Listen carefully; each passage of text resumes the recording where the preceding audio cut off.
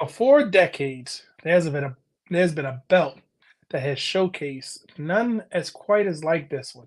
But I'm going to ask the question: does one belt course through the heritage of a bloodline? That's what we're going to discuss tonight on Championship Culture. Let's go.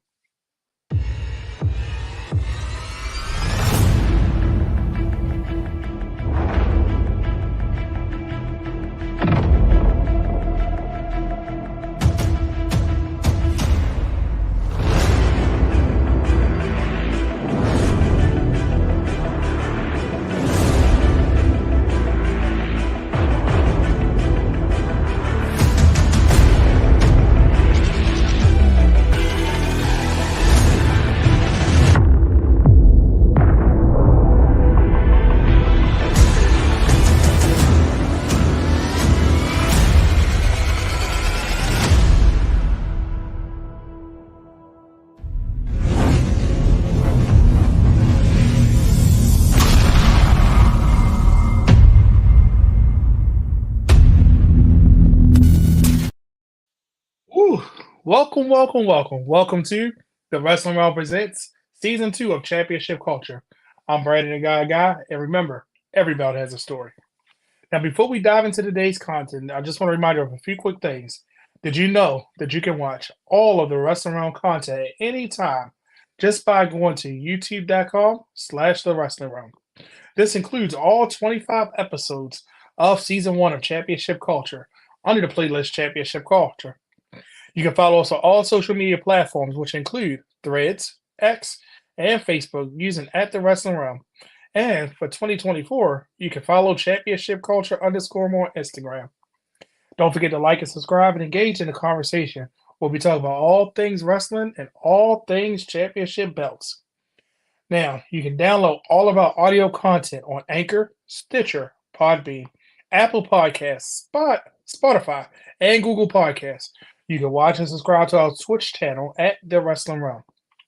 Now, if you want to save some money on any kind of tickets for live concerts, sporting events, or just, a comedy show, anything, head over to SeatGeek.com where you can use the promo code The Wrestling Realm, and it'll save you $20 on any purchase of $50 or more. And the way the ticket prices are down, trust me, if you want to use it, just use it because it's going to save you a couple dollars. Who doesn't like saving money? Now, with all that being said, let's dive into today's content. And there is the thing about SeatGeek to remind you.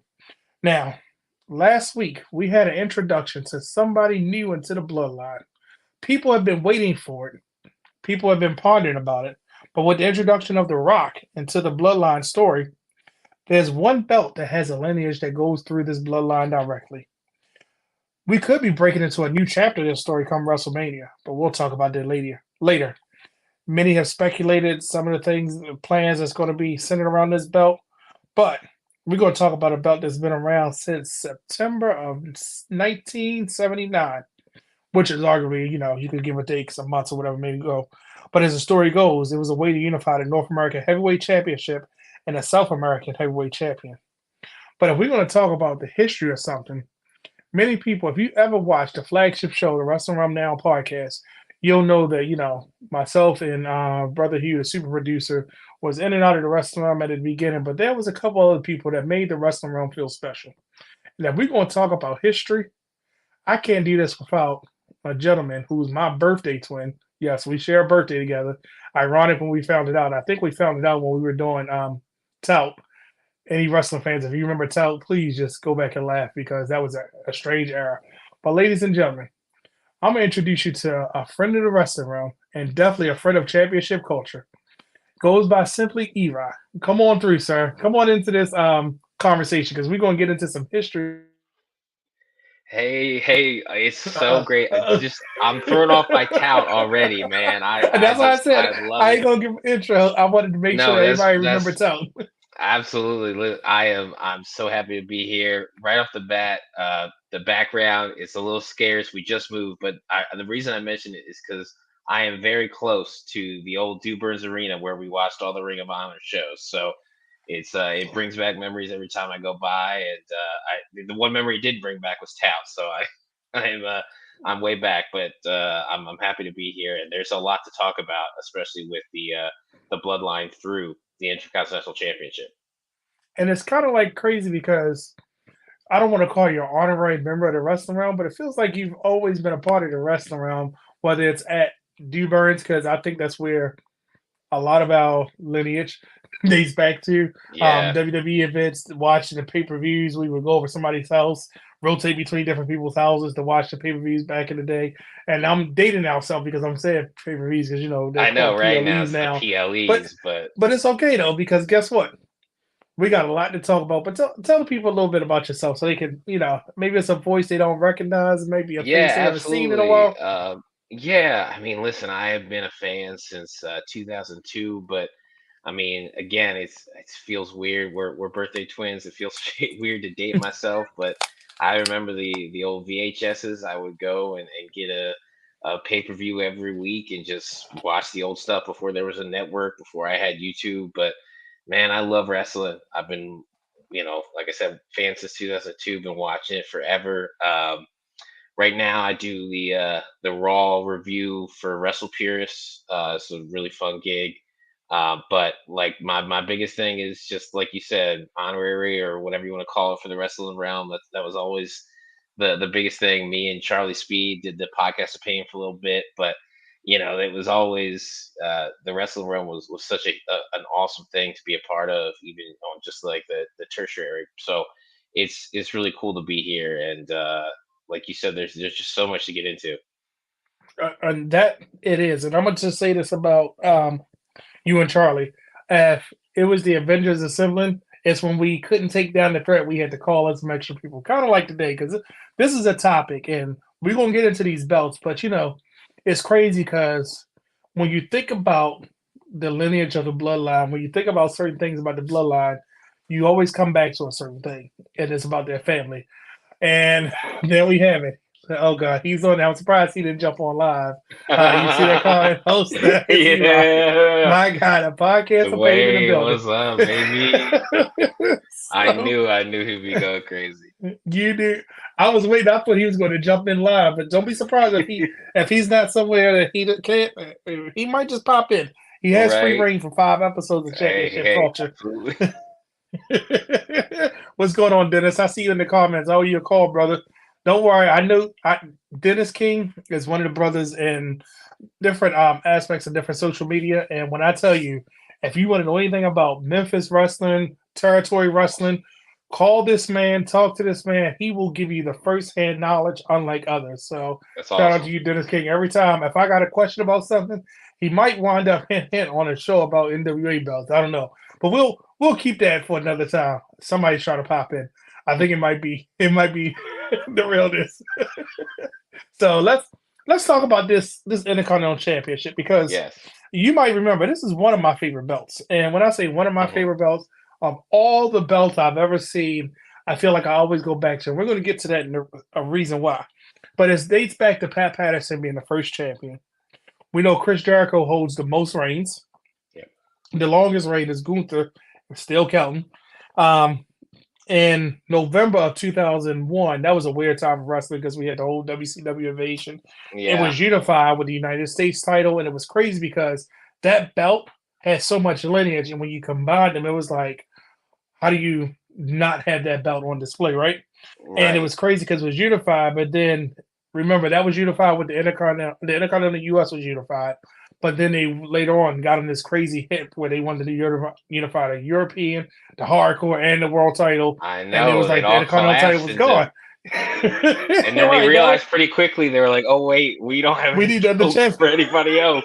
Triple We H don't have has any it. champions, and everybody's wrestling for the world title, but everybody's not a world champion contender. Yeah. So it was reactivated during the brand split, and I'm sorry, not doing it was reactivated. And then during the brand split is when the United States title came back.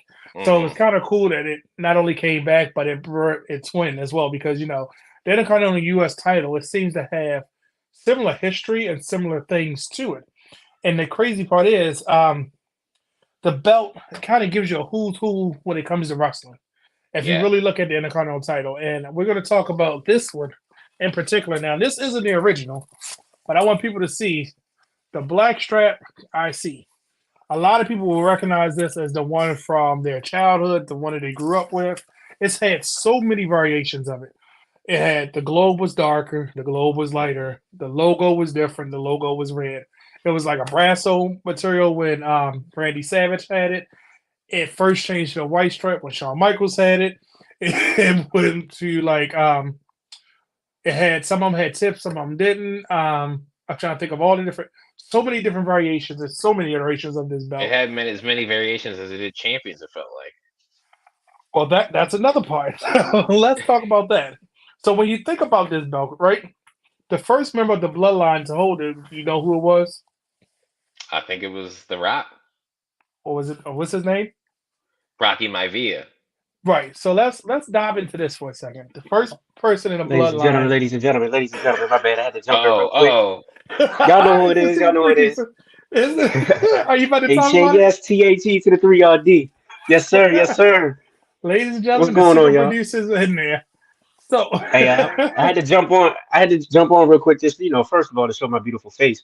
But second of all, we have a special guest. oh. Somebody's okay. lurking in the background. Who's Oh. lurking Should in I the bring him background? I in? heard the beat. Absolutely. I heard the beat. No, baby, that's for somebody else. We're just gonna keep you right where you at right now. There you go. There you go. What's up, y'all? Whoa! What's up? We're in Hollywood. There it is. On Title Tuesday, we got the original. Look at What's up, that. y'all?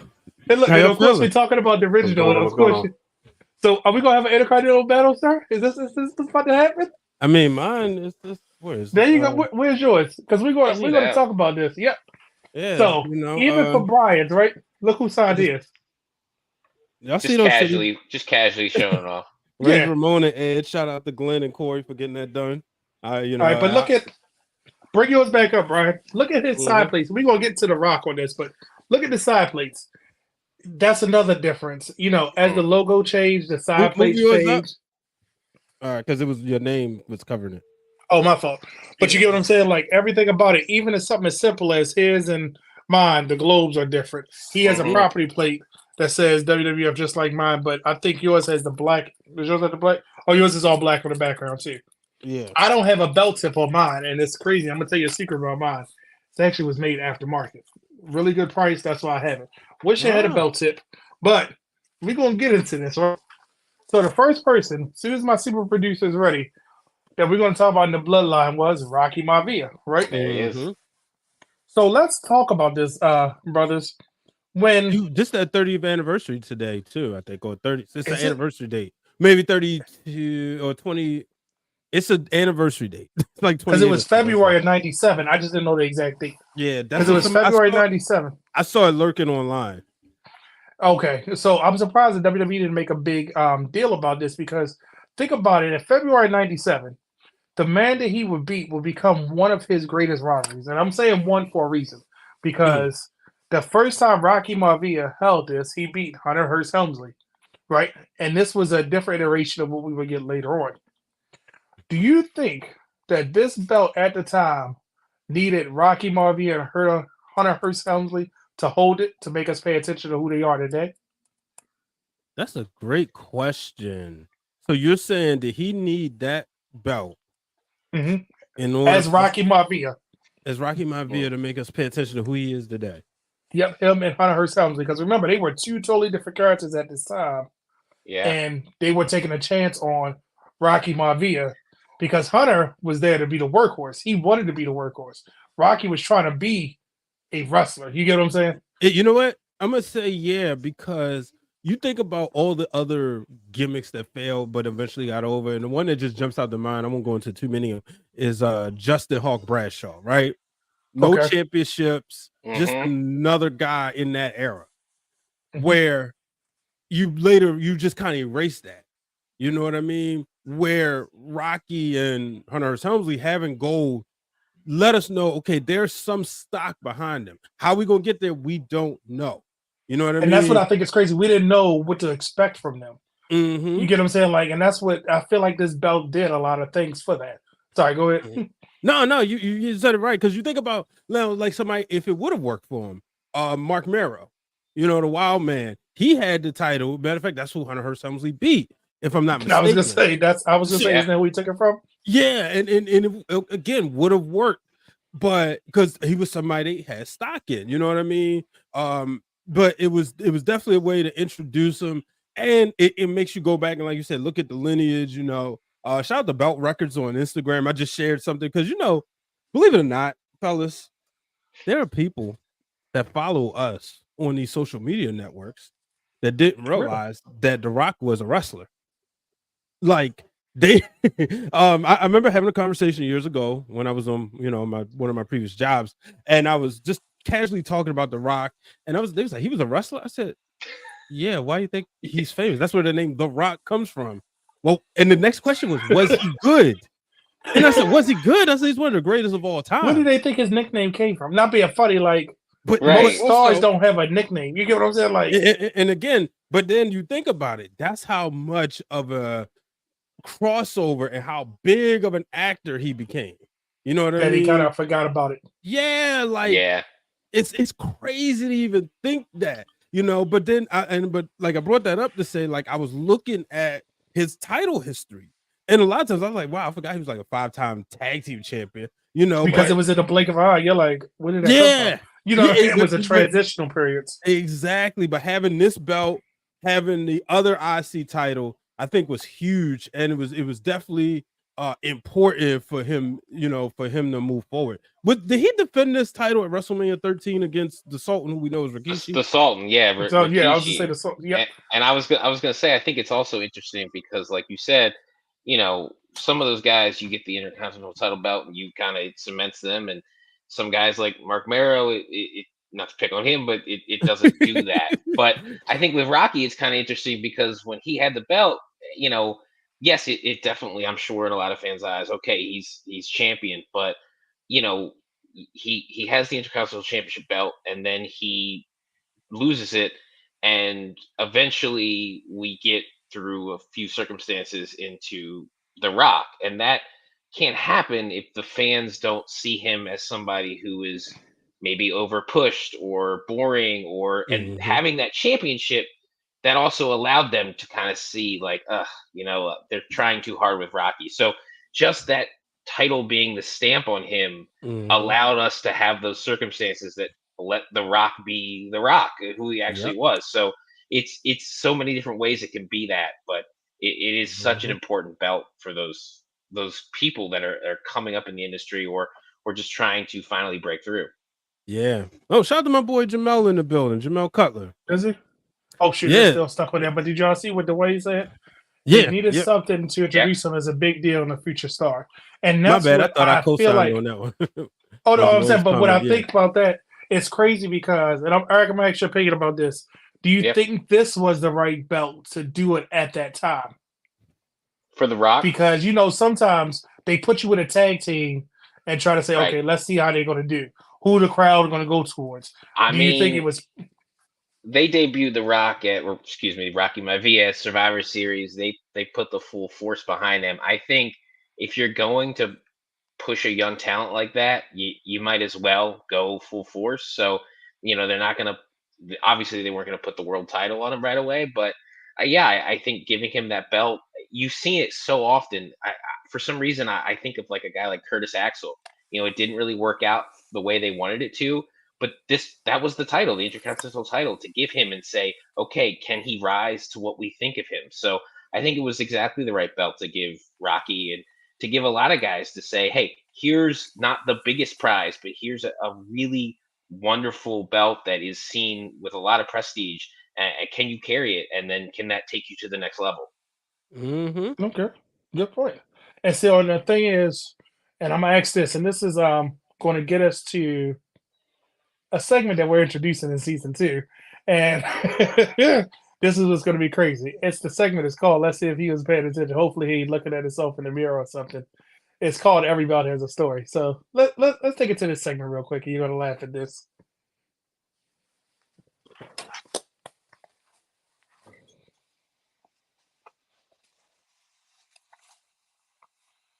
So as we do on Championship Culture, right? I have 2 different versions of this belt. You can see what I'm talking about with the yellow versus the yellow belt. The blue is a little darker. The black strap is a little bit lighter, right? Both have the same logo, but why do I have two different versions of them?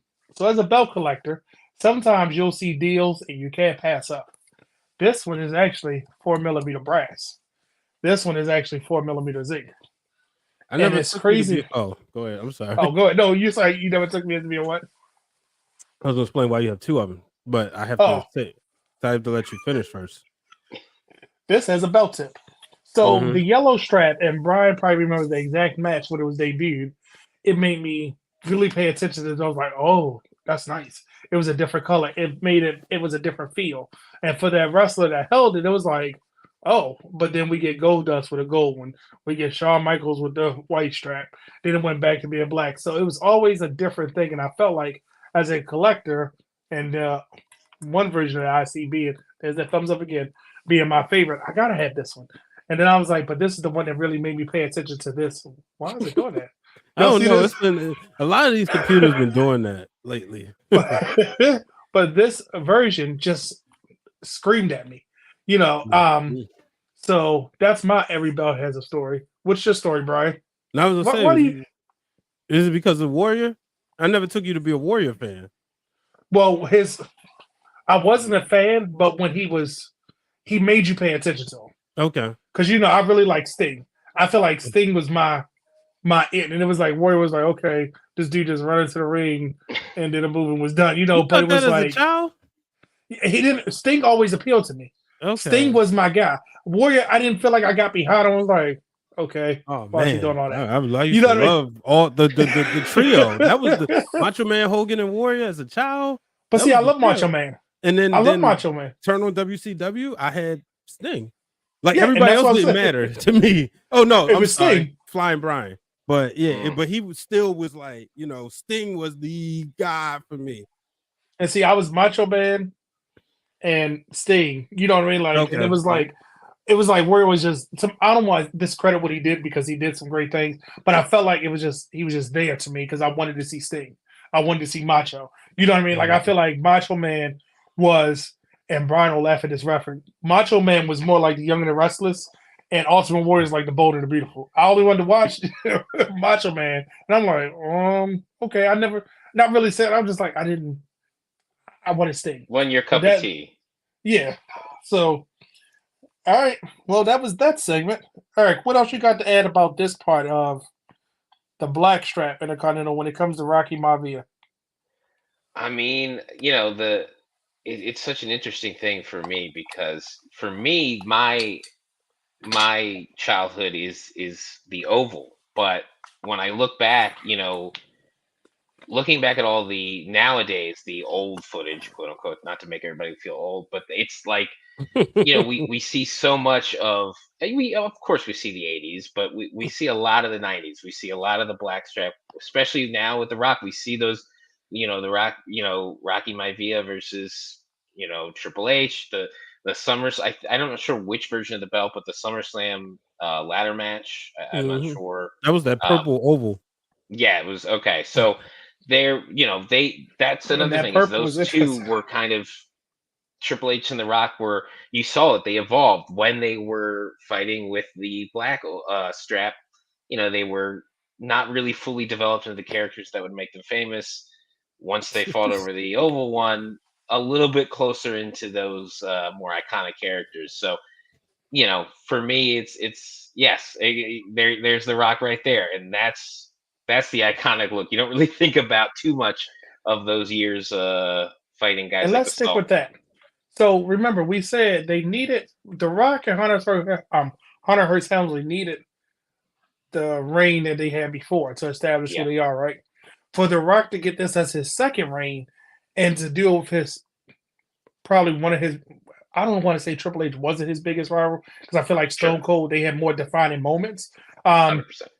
Who would become like his biggest rival at the time, and when they wrestled, it was always like a bigger main event. I feel like he chased Triple H a lot. But him and Stone Cold were, hey, this is our rivalry, right?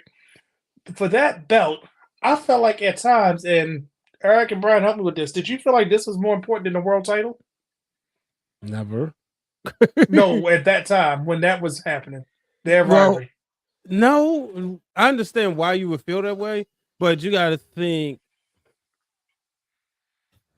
I don't think it was more important than the world title, only because even though I felt like they may have held it better than the way Taker was holding the world title, it was still Shawn and Brett going. They still had the world title on their mindset. So I feel like it's one of those situations where the idea and the focus to get to the world title still made it more important. But I can understand why you feel that was more important than the world title way they was holding it. If you strictly look at the history books and the belt holder. Yeah, What about you? I completely agree with Brian. I think also there's that again, it's the looking back at how it's framed because of how iconic not just the rivalry between The Rock and Stone Cold was, but because of how iconic those matches and moments were when they were feuding over the Intercontinental title.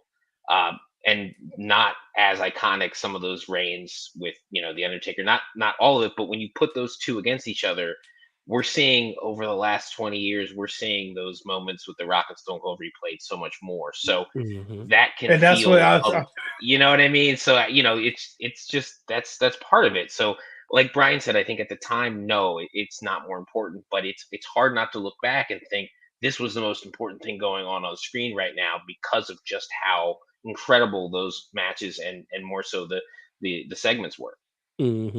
Shout out to Corey. Not to not mention it. Yes, sir. Of course, He he gotta get knows. his Shawn Michael reference with his blue strap. He knows. And that's what I liked about that era of wrestling. It was they kept doing things to make you pay attention, to keep you engaged. And it's like, when you saw it on TV or you went to the live show, you're like, oh, that belt is to that person, that belt is with that person, And I kind of like that, the people we can't really root for did that with a certain belt, that each wrestler got a different variation of it.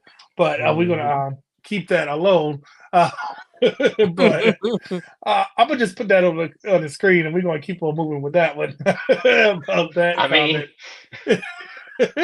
And of course, the way I want to shout out Corey. That's a shirt. I didn't care about. And look who's here, the man Drew. I can't wait to see what Drew he's going to Willie. say. And look, and the great Ben Walker is there. I'm gonna say the creator of Championship Belt Brothers. He's one of the moderators, one of the admins for it. Championship Belt Brothers, Championship Figure Brothers, 2-time appearance on Championship Culture. Ben is in the building. I'm gonna wait to see what he say about these Intercontinental titles. To me, the IC title was more important in the early '90s than Hogan Warrior Sergeant Slaughter had in the WWF belt. Oh, that's a bold statement. Now, would you go match for match important, or would you just say overall presentation?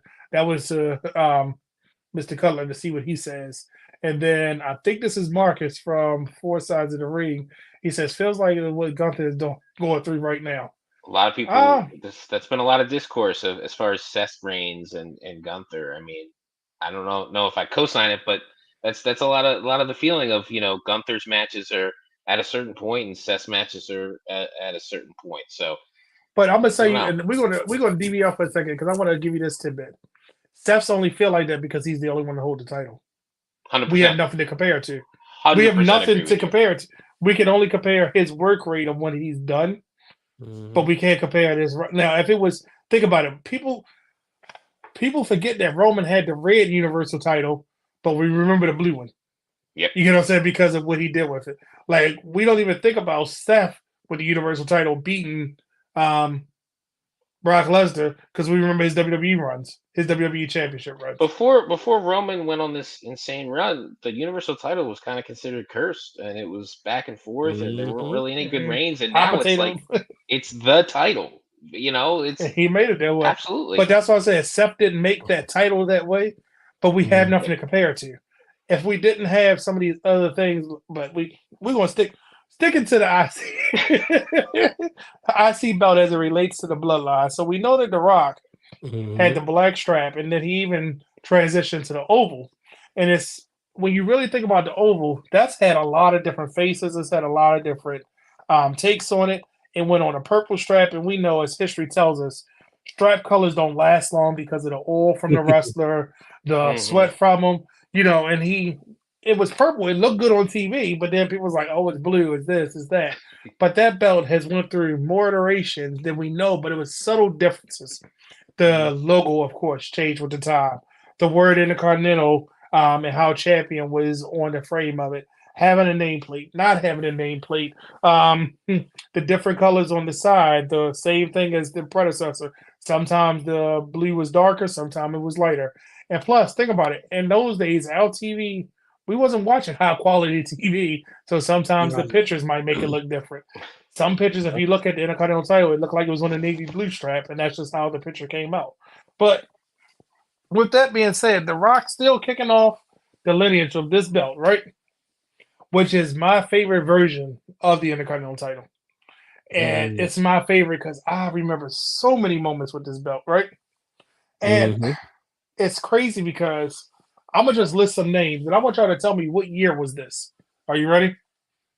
Mhm. Brian, maybe I should say the first name. I'm gonna lead the first person that started the year off with this belt. Triple H, Jeff Hardy, Triple H, Kane, Albert, Lance Storm, Edge, Christian, Edge, Tess, Edge. What year was that? 2001. So Brian kind of cheated because that's my favorite year with this belt. I'm gonna tell you why. It ain't even just because I know it's your favorite year. The moment you said Jeff Hardy, because I vividly, and I'm gonna give y'all a quick story. I promise it's gonna be quick. Y'all remember SmackDown spoilers that would be on WWE.com? I vividly remember the first time I heard of it was because of the guy, and he called me and said, "Yo, they got SmackDown spoilers on WWE.com." I said, "Oh, well, what's going to happen?" And he was like, "Jeff Hardy's going to win the Intercontinental title." What? It was like, yeah, and sure enough, I remember that was the week. Unfortunately, my uncle passed away. Well, it was his funeral, and we went to the funeral. My great uncle, and then I came home. I had to record it, and I watched it play out on television. But when you said Jeff Hardy, I said, "Oh, I already know what this is." Jeff Hardy, Triple H, right there. I mean, And they traded it in the same month. It was like Triple H had Jeff wanted from him, they lost it right back to him within that like was the same month. that was a way of trying to introduce us to Jeff as a shown up, bona fide single star. And when you think about it, it's that might be another show. The titles of the Matt never had Hardys. the eyes. Yeah, he never had. He only had the European, the cruiserweight. Yeah, they the always light kept him heavyweight. second rate. Yeah, they kept him with the other belt. He always had the other belt, Just literally below Jeff, you know. the other. But when it comes to the bloodline, which reign do you like better with The Rock? The regular strap or the oval IC? Which reign do you like better with The Rock? For me, it's the Oval IC during the Nation days, right before he dropped the title to Triple H. Like that's that was the time when I got back into wrestling after having a year hiatus because I forgot about Shaq on Saturday night. But it was like when I got back in and he was the champion, and to me, that was my first introduction because I'm like, I come back cold, I'm like, wait, he was Rocky Maivia, now he's The Rock. Oh, wait, he's actually cool. You know what I mean? And he was cool holding that title. So from that one to the oval one, there's another member of the bloodline who actually is a direct. When I say direct, the father of the Usos held this title next. When you look at him with this title, Too Cool was probably I don't want to say the most popular act, but they were very popular. They were what the kids were going to see. They were everything, and then it was, Rikishi always was that single star, right? And then when they gave it to him, it felt like he was validated of all the things that he had done because of all the work that this belt had shown that it can do for all the wrestlers. When he got it, it just felt like it was just not to be a pun, Too Cool. Do you agree or disagree with this? Like this was the right first singles title for him to have. Oh, 1,000%. Because I felt like he was too big for the European title. I always looked at the European title as a entry level championship. You know what I mean? and reason why, like, even if you look back, like when X-Pac had it, right? It made sense because, for him and D'Lo Brown to feud over that, because they were like kind of like their groups, in all honesty, they were main event groups, but their top wrestlers were at the top of the mid card. So you couldn't give them the IC title, but you give them the European title. So it's like they're validated behind their leader X-Pac validated behind Triple H, D'Lo Brown validated behind The Rock. So it made sense for this to be the first title for Rikishi to have because he was already above the European Championship. And like you said, too cool. I mean, they were like the killer bees of the Attitude Era as far as the special attraction tag team. You know, as much as I hate this saying, didn't need the titles. And I would even go far as not even say they didn't need the titles. It just kind of wouldn't have made sense. You know, they're a video game championship. Not a team you're going to see beating the Hardy Boys, Edge and Christian, or the Acolytes, or they're the ones that's going to get the crowd participating. Yeah. You know, if you need them at a house show, they can go out there and everybody's going to cheer for them, let them sign some autographs. And then you have Rikishi. Remember, his gimmick was he was. I don't know if did they ever acknowledge him in the early days of being Samoan until he started being on screen with The Rock. They just didn't make. They just basically said he's Rikishi, and he had a lot of, backside. So it was like we had gimmicks when it came to this belt. The Rock was a perfect example of a gimmick, Rocky Maivia, right? And then you had all these different types of gimmicks. You could say the Mountain Knee, Marty Jannetty, Mark Merrow. You could say the Honky Tonk Man. Everybody had a gimmick, but this Rikishi gimmick was actually cool. So when he got the belt, do you think? And I'm gonna say this. I'm gonna give you my answer. I feel like the title reign should have been longer. Do you think it was long enough, or it should have been shorter? What's your thoughts? I mean, I think so. I think, yeah, I completely agree that this was the right belt for him. And, I think sometimes they're a little too, especially back then, which I get, but they were a little too quick to cut bait on some of those reigns. I think couldn't have hurt Rikishi to have that belt for a little bit longer, a couple more pay-per-views. The champ, it's, yes, the title is very important and the reigns are important, but as we talked about, it's the feuds too. It's hard. It's the matches are important, but having iconic feuds with those belts, that's what you remember. You like Brian said, even with the European title, you remember the X-Pac D'Lo feud. So it's hard to really. I remember Rikishi and Val Venus, but only because it was kind of odd pairing, really. Like, not that it was this great grudge, So I think, yeah, I would have loved to see Rikishi have it just a little bit longer because he was so popular, and I think he could have done a little bit more with it. And think about, remember, and we're not going to say his name, but remember who he beat for it. It was like, it was one of those shocking moments, and it was crazy because, and remember, you serve me correctly, it was on SmackDown too, wasn't it? I think so. Wasn't it? I think it was on. And I feel like this was closing the show or something. It was something about it that they were making this a big deal for Rikishi. And I don't know if it was because it was where they were located or what. But I remember it being a big deal that Rikishi won it on SmackDown. And then, not even a month later, dropped it to Val Venus. And I felt like it was like, we had just scratched the surface. Who knows what he could have done with it? You know what I mean? Like, if anything. And it was like, did we take it off of him to get it back on China? You know what I mean? Like, that's always been my question. I felt like we just did that because, and we know backstage politics, maybe it wouldn't have looked good if he lost to China, or could we really see China pinning Rikishi? You know what I'm saying? So it was like, Val did the job for China, or did they say, no, this is the storyline I want to be in? I don't know. I wasn't there as a writer, but I'm just saying, when we talk about the bloodline of it, I'm glad Rikishi had a reign, but the next person reign, I loved every minute of it. And when I tell you the next member of the bloodline that held this, and has to be. I'm not saying he was like on screen as a bloodline, but he's a member of the family. None other than, let's see if he was paying attention. Let's see. Can y'all guess? Are you there?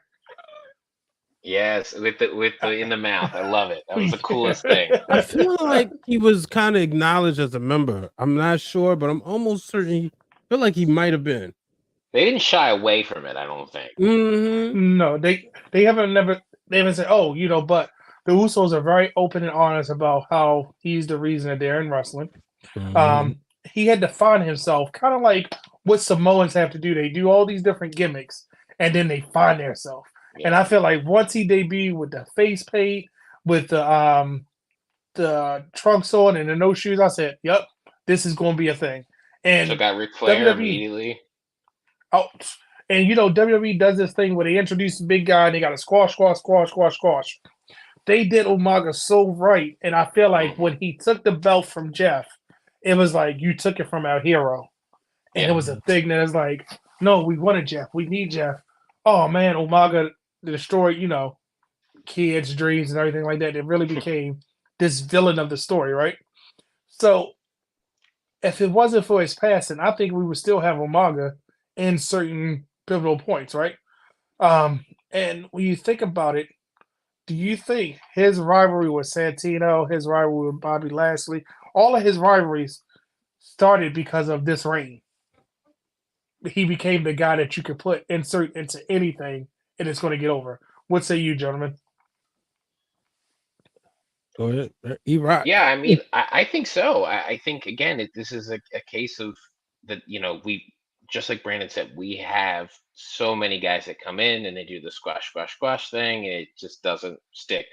But not only did Umaga come in and beat up Ric Flair night one and look dominant, and the right guys lost to him, but having that title and then importantly keeping the title and beating guys for it was a huge deal, and it really felt like Umaga. How can somebody beat him? Even the most jaded fan who thinks they know everything, it's like you look at Umaga as the Intercontinental Champion, and you go, yeah, but like, come on, who's beating him? Like he was legitimate, and it got him into those feuds, like you said, with Bobby Lashley at WrestleMania, and he became this legitimate dominant force, and then by the time he went to Cena, it was like it made all the sense in the world because he had done everything he had to do at that intercontinental level. Mm-hmm. Nah, see, look. Let me let y'all know something. I think the people need to know something about E-Rock here. When I first met this guy, he claimed he ain't watched that much wrestling until later in He sound life. like a historian, don't he? All the time. And I need to take a moment, just 2 seconds, just to give him his flowers. I got to jump off here. But before I get off here, Brother Brandon, I had to give E-Rock his flowers. I don't get a chance to talk to him all the time about wrestling. But when I see his takes online, or if I see his tweets, it's always fun to kind of like, he always a light to the world of wrestling. Like, he sees the good things, and he always brings that extra historical knowledge. And I told Charlie Speed, our good friend, I said, nah, man. I said, no, E-Rock been watching wrestling all his life. He might not have admitted it, but he knows too much to be sitting up here. I'll never forget you told me that at Ring of Honor, and I was like, man, that's the best compliment anybody's ever given me, man. His insight is unmatched. I appreciate that, fellas. Yeah, man. But yeah, y'all take it easy. I'm gonna jump off here. You too. I had to pop. All right, Hollywood. Great seeing you, man. I gotta get ready for the tomorrow's shows. This it's Wednesday, so it's a marathon, not a sprint. See you later, brother. All right, man. So look, let's address the Wayne's comment, because he must have knew this is where we was going. I feel like it was, and correct me if I'm wrong, or I think they were at the same time. I think Samoa Joe was rising in TNA, and then Umaga appeared. And I feel like it was one of those things. It was around the same time. Joe definitely, he had his Ring of Honor reign before that, but that was the face paint. Joe came after Umaga, though, right? Yeah, because he wore the war paint after him, because Umaga was doing the face paint first. I think that And the thing about this, and I keep saying about the theme of the Bloodline, so we know The Rock had hit Rocky Maivia to The Rock. Rikishi was every tag team. He was all these different gimmicks, and finally settled on Rikishi. Umaga, the same thing. Now with their title reign, the Milan Miracle made him look like the villain that got toppled by the hero. But then when he took it back, it was like, oh, it's over for him. And it really felt like, oh, dang, Umaga got it back, but I'm okay with it. You know what I mean? Sometimes. Yeah, because he got it back like a month later, I think, right? Like it wasn't. I think it was like within a month or two. I think I don't want to say hot shot it because I hate that word, but it was like. No, but I think they just had a logical conclusion to the story of like Santino won it on a fluke and Umaga not going to get beat, So I think absolutely it was the whole thing of like, wow, the hero wasn't going to be able to do it, and it added to the mystique of Umaga. Good evening, Cedric. Good to see you jumping in the comments. Just want to acknowledge that real quick. But I'll tell you this. It went from Umaga, Santino, Umaga, and then to back to Jeff, the person he Mhm. took it from. I think when Jeff won it back, it made us care more about Jeff. And when somebody Yeah. can do that with a belt, that's when it really hits home. You know what I mean? And we're going to stick on this for a little bit longer because I got a couple more things to say about this Yeah. belt, and you're going to laugh when I tell you this. So, as much as the lineage we have with this belt, and it reads like all of the future or current Hall of Famers held this version of the belt. A lot of people that we pay attention to nowadays, and they might have been retired, anything like that. But I'm going to just tell you how crazy it was in 2006 with this belt. I had to write this down. Are you ready? We Go went for it. from Shelton Benjamin, RVD, Shelton Benjamin, Johnny Nitro, Jeff Hardy, Johnny Nitro, Jeff Hardy, Umaga, Santino Marella, Umaga, Jeff Hardy, Chris Jericho, Kofi Kingston, Santino Marella, William Regal, CM Punk, JBL, Rey Mysterio, Chris Jericho, Rey Mysterio, John Morrison, he actually changed his name during this time, Drew McIntyre, Kofi Kingston, Dolph Ziggler, Kofi Kingston, Wade Barrett, Ezekiel, Cody, and that's when he changed it to the white strap. Yeah. And that was from 2006 to about 2007, almost towards it. That many champions in between there reads like a who's who. Truly. Do you think this belt should have stuck around longer in this version of it? I think so. I think by the time Cody changed it, I think there was a drop off. And I remember, it kind of being, you know, no fault of, I think, anybody. I think it just kind of the championship reigns didn't work the way they wanted to. The feuds didn't work the way they wanted to. But I think, I mean, you look at all of those reigns, even like Kofi Kingston's, I think his first championship. I mean, you talk about giving a title to a guy and letting him kind of sink or swim, and he absolutely swam beautifully with it. So I think for me, this is also my favorite version of the championship. So I always have a soft spot for it. And I think changing the belt is not always the answer. It's just kind of the booking aspect of it. I think the belts are beautiful. They're incredible, and they have, as you say, every belt has a story. But it's really the man or the woman who makes the belt. I mean, not to go too much off, but like uh, I agree with Dwayne. His favorite era of the championship was 2004ish to 2007ish. That was mine too. That was absolutely, I love, because Orton had the title. That The was kind of part youngest, of I think he's the his. youngest champion, right? Yeah, he was. I I think think he he was the was. youngest champ. That was his kind of push up, and I think when you look Ric at a guy Flair like, had it at one point because that was yeah, his. Flair had Hey, it, he's back. Every but it was and just, it was like a wild title, and yes, people like Flair could have it, and people like that are in the main event could have it, but ultimately it came to guys like Shelton Benjamin could have it, and that was like, oh wow, okay, let's see what he does with it, see who's up next with it. And I think especially the oval version to me represented that true, like, this guy is near the next step. Let's see what they do with this belt, and if they take it the right way, they could be on their way to a world title. see, and that's what I'm saying. It felt like it was a smaller version of it, and you knew that this was the predecessor to get to that. And it's Yep. crazy because remember, we had not only intercontinental title matches during these times, like Dwayne said, we had number one contenders matches that were just Yes. as important as the title match. And remember, at one Hmm. point, it was like 6 bona fide superstars they were traded. It was like Johnny Nitro, Jeff Hardy, Randy Orton, Kofi. Everybody was intertwined and trying to get to the title, and it was like, oh, this is actually really good TV. And before we move on, everybody has a story, right? So we're gonna Yes. talk about the story behind this belt. I actually have 2 different versions of this belt. One, I'm going to reveal what happened to it because you might know this. It was signed by a certain somebody, right? But this is the first version that I went and got made because it's the WWF logo and it has the champion banner at the bottom. It's hard to see it because of this light is so bright. But this was during a time we didn't need nameplates. Whoever held it, held it. The nameplates were a good thing, but I always thought it was weird. If me and Eric are in a match and he beats me, and now he got to hold the nameplate that says the guy. And it's like, so all the pictures that said him holding the title, he's going to And be all in sometimes this they wouldn't pose. change it right away He's either. like, oh, They'd be look. like, yeah. And they would be walking from the ring, they be walking past, or they doing interviews like this, so you see them trying to hold it and cover up the nameplate. But that's the one thing I appreciated about this belt, the Wing Eagle and the Big Eagle. It didn't have nameplates. It was just you knew that was the champion. And being the Intercontinental, and the reason I had to get this made too, I wanted the J Mar stamp on it. But I always thought this was so. Let's start in the center.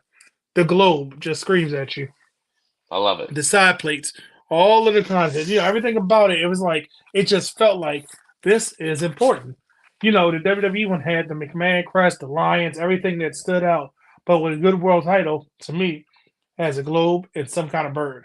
It pretty much checks all the boxes that this belt is important. And when the guys carried it, no matter their size, their height, it was just perfect. I get why Brock Lesnar didn't hold this. I get why The Undertaker didn't hold it. And the last belt we're going to talk about not the last belt. The next belt we're going to talk about within the Bloodline was a belt that was featured in a previous episode of Championship Culture, talking about who wore it better. So let's talk about the belt that our tribal chief actually held. That famous Whitestrap IC belt. And I just want to make sure that the internet wrestling community knows this. The belt that Cody introduced was not the same belt that we are all in love with. He actually introduced a Nuggets extra belt, and then they had to change it to this more traditional looking one. And it went from the scratch logo to the block logo. But when Roman had it, I feel like it wasn't necessary for his character, but it was necessary for his lineage. And let me explain, and I want to get your opinion about this. All the members of the Shield had it. Everybody was becoming Grand Slam, Triple Crown champion. This was the last piece of the puzzle that he needed. And it was in the storyline where it was like, okay, he's going to have it. We know he's a transitional champion. Do you think Roman being a transitional champion for this belt was worth it? I think it absolutely was. I think, like you said, here's what I'll say. Sometimes ticking the box is worth it. Okay. What I mean by that is it's not always worth it to just make the guy the youngest world heavyweight champion because you want to change the person, the record. I don't necessarily think that Roman Reigns should, and now that Brian's off, I can say this. I don't necessarily think Roman Reigns should retain the championship at WrestleMania. I think Cody Rhodes should probably win that thing. But I understand why there's some that might think, hey, let's have him break Hogan's record. Let's have it. I think if it makes sense, tick the box. Absolutely. So in this case, like you said, Ambrose had won those titles. Rollins had won those titles. It was a short feud. I think it was with the Miz. It's still like everybody feuded with the Miz during this time. Exactly. Well, and the Miz, the Miz was always champion, but I think the Miz had kind of called out the Roman Reigns and was like, "Oh, you're always up top." And listen, it was a nice. Sometimes you just need a month or two story that's kind of regulating the TV, and you're gonna tell me that your top guy is gonna be in the Intercontinental Champion and elevate that belt again. There's new fans every day. They look at that belt and they go, "Oh, wait a minute! I thought it was just the Miz's belt, but Roman has it." So I think absolutely it was a great call to make him a transitional champion, especially because I think there's no way the Miz beat Roman Reigns clean. So I'm sure he won it in nefarious fashion, but it's great. And like you said, it has the legacy and the lineage, and now he can rattle off that, hey, he's become Intercontinental Champion along with all the other accomplishments he's had. So I'm gonna give you a tidbit about this belt because this belt was definitely special. When Cody introduced the white nugget, then it went to just the white Intercontinental belt. It kind of gave it a resurgence, and we started to see things happen because remember back in the WCW days, you would get to the mountaintop, and then you would come back to the United States title. Yep. And the United States title and the world title was kind of like, okay, who's holding it? Which one is going to be more important? At times, that's what happened with this Intercontinental title. And it didn't help that the Universal Champion wasn't there, and the Miz had to be in these programs that, oh, it's a champion here. Here's the main event. Here's what the issue is. Because I think when Roman won, he won in the main event. I remember the iconic him holding and just looking over his shoulder as he's walking up the ramp. Yep. The thing about that is when we have these non-world titles or we have these world titles that really aren't, I don't want to say equal playing field that the mid card or the second tier title overtakes, you have to give it to a person so that way you can say at that point, him having that white strap, because him having the oval, of course it was before his time, or even the version now, is not Right. going to be as impactful unless he beats Gunther. But at that point, the Miz was the it when it came to that white strap. He's a former champion. He's a former everything. Give him this last tick. Hence why I want Sheamus to get it. Sheamus needs it. Yeah. But Absolutely. on the same token, oh, I'm sorry, I hit the button. When it comes to the bloodline, we know we had The Rock sparked it. Both versions, right? He lived between both. We had Rikishi, we had Umaga, we had him, Roman, right? Do you think that it was a not only a check in the box in that category, but a check in the box because of the bloodline all held the Intercontinental title, and it had to feel I prestigious? Yeah, I don't know if I don't think it was the decision, but I think it was one of those things where you make a decision and before you finalize it, you go, "Oh, that also helps." Like I think that the call was probably more towards like, let's solidify this title, let's give the Miz something, let's give Roman something, but also, hey, this really works out in our favor. That it ticks him off on that bloodline and keeps that title on that lineage.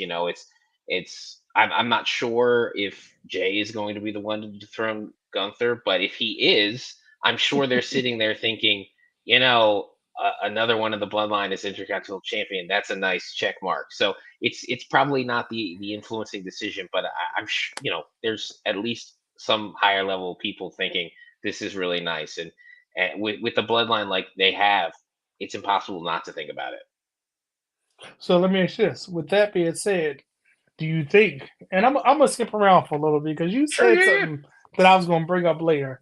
Do we see this? I'm going to show you a graphic. Do we see this sooner than later? And let's just see. Give me 1 second. Yeah, you're And I fine. know Dwayne's going to hate this. Is this what we see next? I think so. I don't know if we see it next, but I think we see it in 2024. The world title situation with Seth Rollins right now is a little bit of a jumble. I know Drew wants it. I know Sammy wants it. I don't know what Gunther is doing at WrestleMania. I'm still pretty sure we're going to do Jay and Jimmy. I could see it being for the Intercontinental title, but I think they've pushed Jimmy winning his first title. And we just talked about earlier, was Rikishi getting the Intercontinental title? Was that the right first title for him? And for me, I think what has Jay's story been about for the last 3-4 years? It's It's just main event me. Jay Uso. It's breaking away from making his own, but it's also been accepting his own bloodline. And You see what it's Dwayne just said? it's just me, Us, but also it's him accepting himself and not having to completely shun wrestling. So I think the Share Intercontinental his title is the spotlight. perfect title for him. It's the workhorse title, and he has been a workhorse the last 3 years. He really has. So I think it would be the perfect title, like Dwayne said in a comment. Now, If it Marcus, has to hold be. on. We're gonna get to that comment. I don't want to lose Marcus on that comment because we're gonna address that, but we're gonna stick with this real quick. So, if he wins that, right? Do you want to see? Because remember, that's the title that their father held, Yeah. and the uncle that got them into the business, right? If he goes into WrestleMania as the Intercontinental Champion, does he walk out with it, or do we give that check in the box, like he said, to his brother at Mania? It's so tough too. I mean, I think part of it depends on what kind of night you're trying to do at WrestleMania, whichever night you're doing.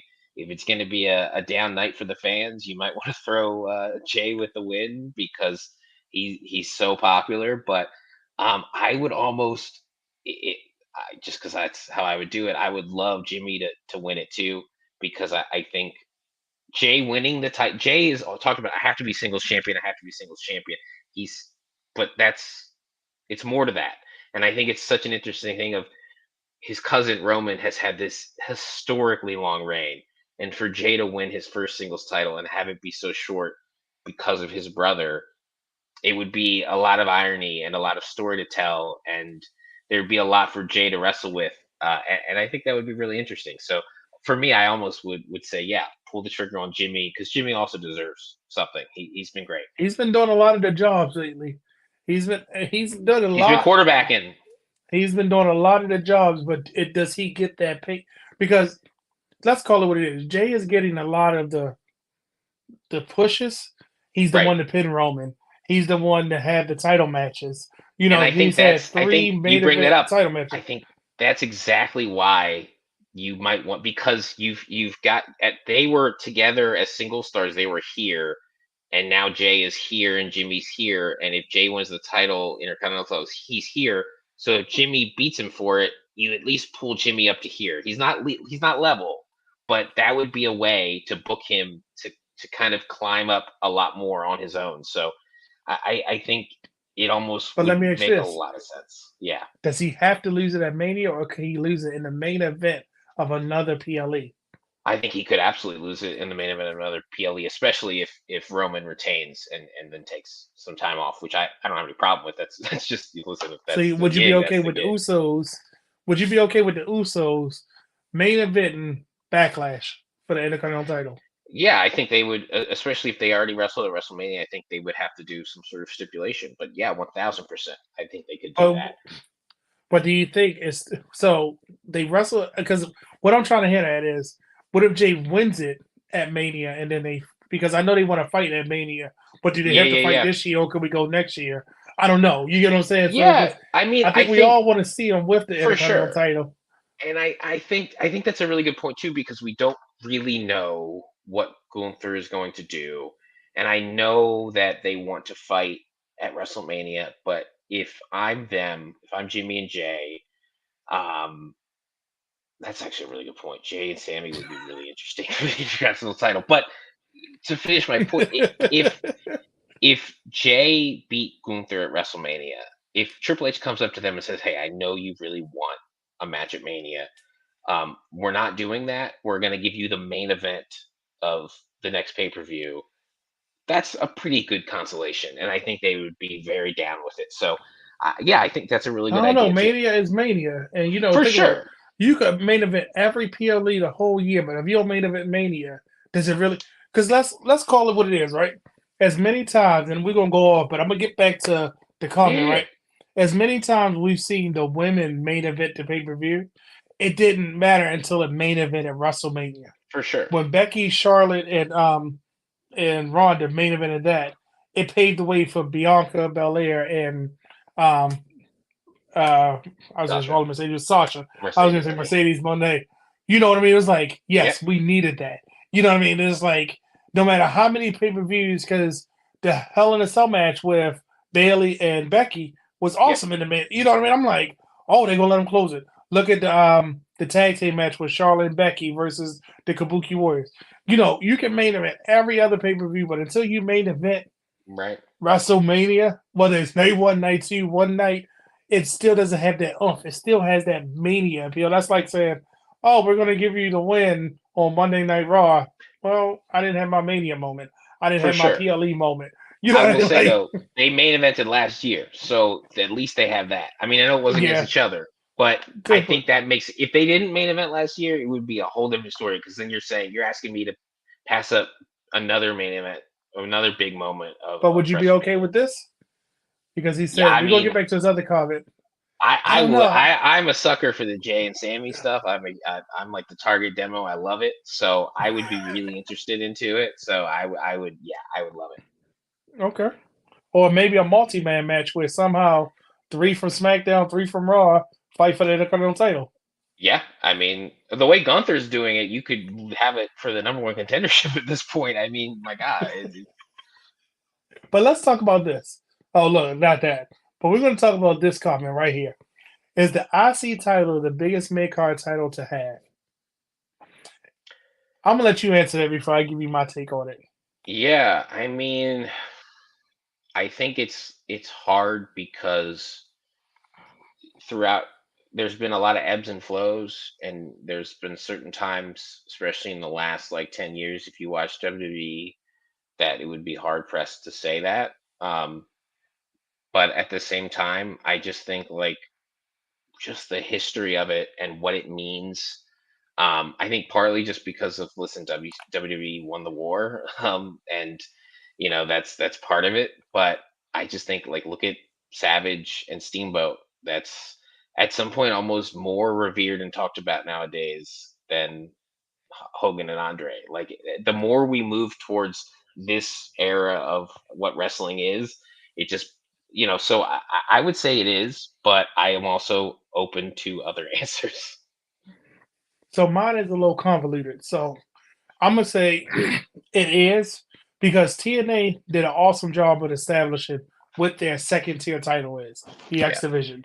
Without hand, no matter how many belts they introduced throughout their years, TNA, GFW, Impact, now back to TNA, it's always been the X Division. That because look what option is it B or C? Which one you C, go when you option C. see it? You cash in that belt for a world title shot. They've always made sure, and that belt to me, look what Josh Alexander did with it. Look what Trey Miguel did with the X Division, Yep. and look what Josh Alexander did with the world title. It was kind of like the formula for the Intercontinental. Prove yourself 100%. here, we give you the world title. When it comes to AEW, the reason I'm saying we don't even know what their second tier title is because is it the All Atlantic? Yeah, all I think about what the name of it is. No, what's it International called? now. International. My All Atlantic is sitting on the top. Yeah. All Atlantic International, or is it the TNT? Right. Which one is it? Like, what is your second belt? Christian made it that this was more important, but it was important for his storyline. Yeah. And the thing I liked about that is they kept changing. I keep pointing to them. They kept changing the strap to fit that I wrestler, love which that was they a did cool. that. Yeah, absolutely. But then look at ROH. Is the television title or the pure champion? We always know, yes, the television champion is the second champion. But remember, when the pure title was around, it's like, well, if Jay Lethal was holding the television title, that's actually more important than the world title. Right. But when Daniel Bryan was holding the pure title, you're like, I want to see that match. Exactly. So when it comes to if WCW was still around, because a lot of people don't know this, and this will probably be another episode of Championship Culture about the lineage of the WCW belt. The WCW United States title dates back to the NWA days, right? Yep. And when you think about that, a lot of the territory belts were so important because that was their champion. They called it the NWA Television Heavyweight Champion, the United States Heavyweight Champion.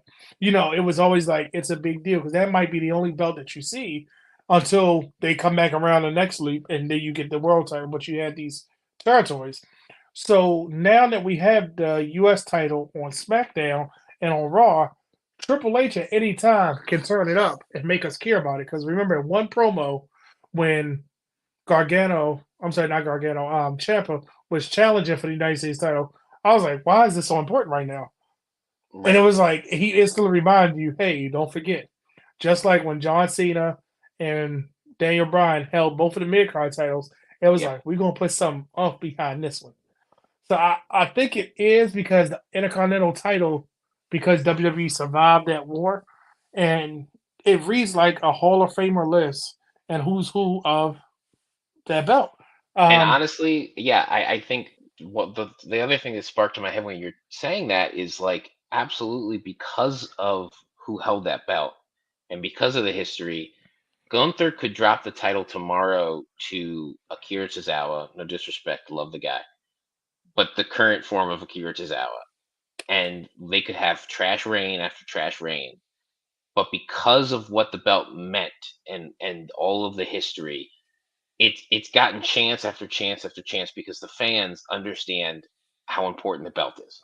And that's why every couple of years in that like dark period where it wasn't really important in the 2010s, there was a promo from like the Miz or Cody or McIntyre being like, I'm gonna bring back the Intercontinental Championships. I'm bringing back the prestige of this belt. Exactly. It's gonna be the most important. And it felt like it was every year, but everybody was like, yeah, okay, because the title is great.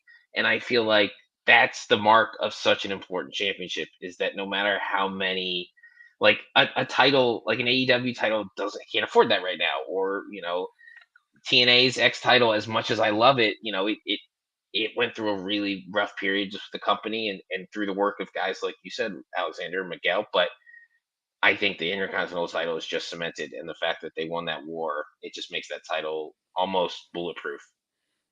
Now I'm gonna ask you some questions, but I want to remind you of a couple of people who held the white version of the strap Yes. that we all forgot.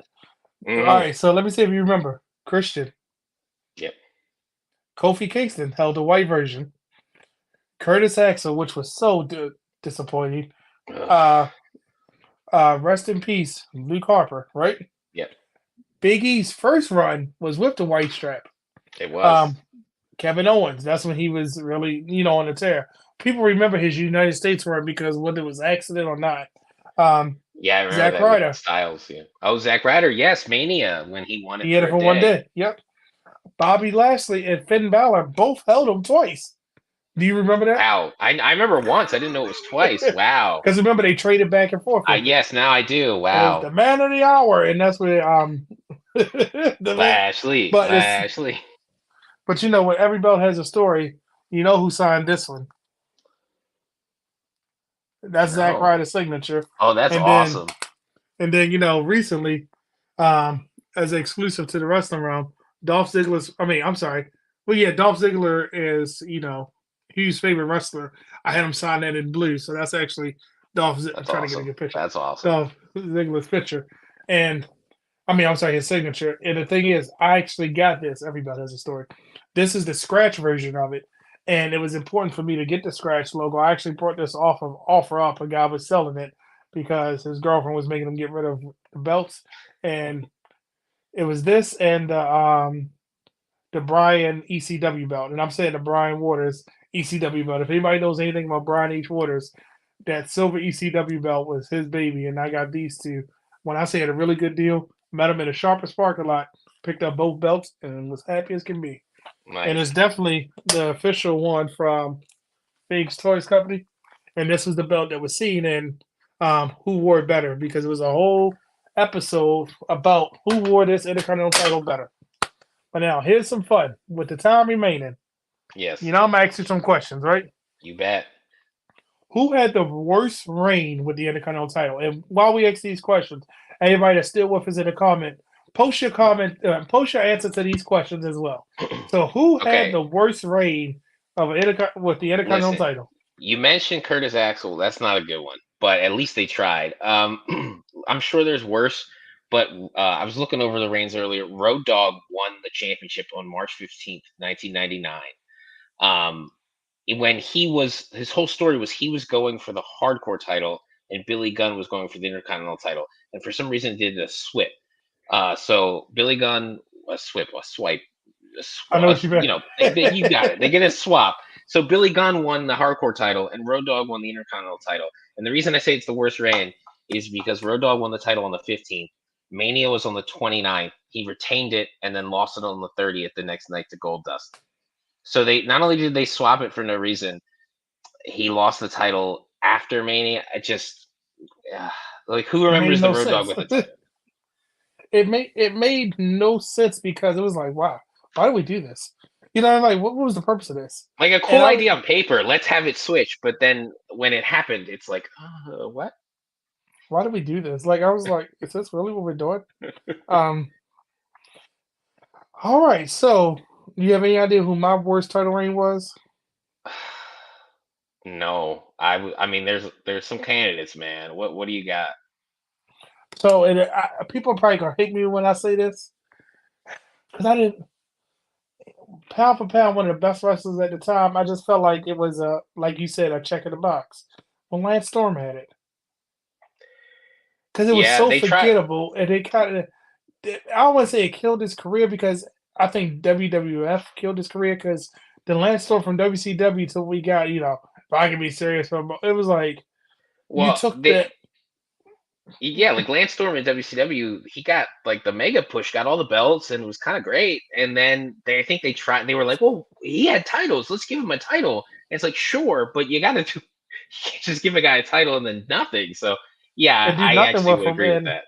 And it was crazy because he beat Albert for it. Albert only got it because he was a big enough person to beat Kane. And Right. Kane only got it because he was the person that could actually beat Triple H. And it was like, okay, so Lance Storm got it a month after Kane, and then he lost to the next month to Edge. It was like, okay, we didn't see that coming. And that's when they Right. were trading a lot of stuff for Raw and SmackDown. It was Real like, hot potato. yeah, Yeah, it was nothing was hard to, really if you missed happening. one show, you missed a lot of title changes. So let's see how many people would agree with this one. Hate to say it, but my guy said Tito Moreno had a bad one. The first one or the second one? Because the first one was like, yay, he won. The second one was like, why did he win it? That's how Right. I felt about it. It was like, why is this happening? I thought the segments of like the honky tonk meter were funny, but like again, it's the Intercontinental title. Like, what are we doing? You know, I think that's probably a pretty good opinion there. So from the worst title reign, who had the best title reign? And let's hear I your mean, answers in the comments. Tell us who had the best title reign with the Intercontinental title. And it don't have to be definitely like could one specific. It can be definitely like this wrestler, even though he might have held it 4 or 5 times. This was the best one. right. I mean, listen, it's becoming increasingly difficult to say anybody other than Gunther. I can, but the man is the matches are incredible. And the story with the Miz really helped him, I think, show that he can be a pretty good promo. Him and Jay have some really good chemistry on the mic, and I'm really interested in that. So that's been a huge one. I you know my generation looks at Jericho as kind of like the end all be all with all the titles, but as far as reigns go, it's just I think it kind of jumps around a lot. Um, Part of me kind of goes back to when Brett had it, when he was defending it against British Bulldog, and that was like a huge deal. Even though I wasn't watching that live, it's just like when I think about the importance of the Intercontinental title, that's what I think. So it's Gunther for me, but I understand a lot of different options because there's been a wonderful reigns. So it's crazy because mine is actually people are going to think it's Jericho.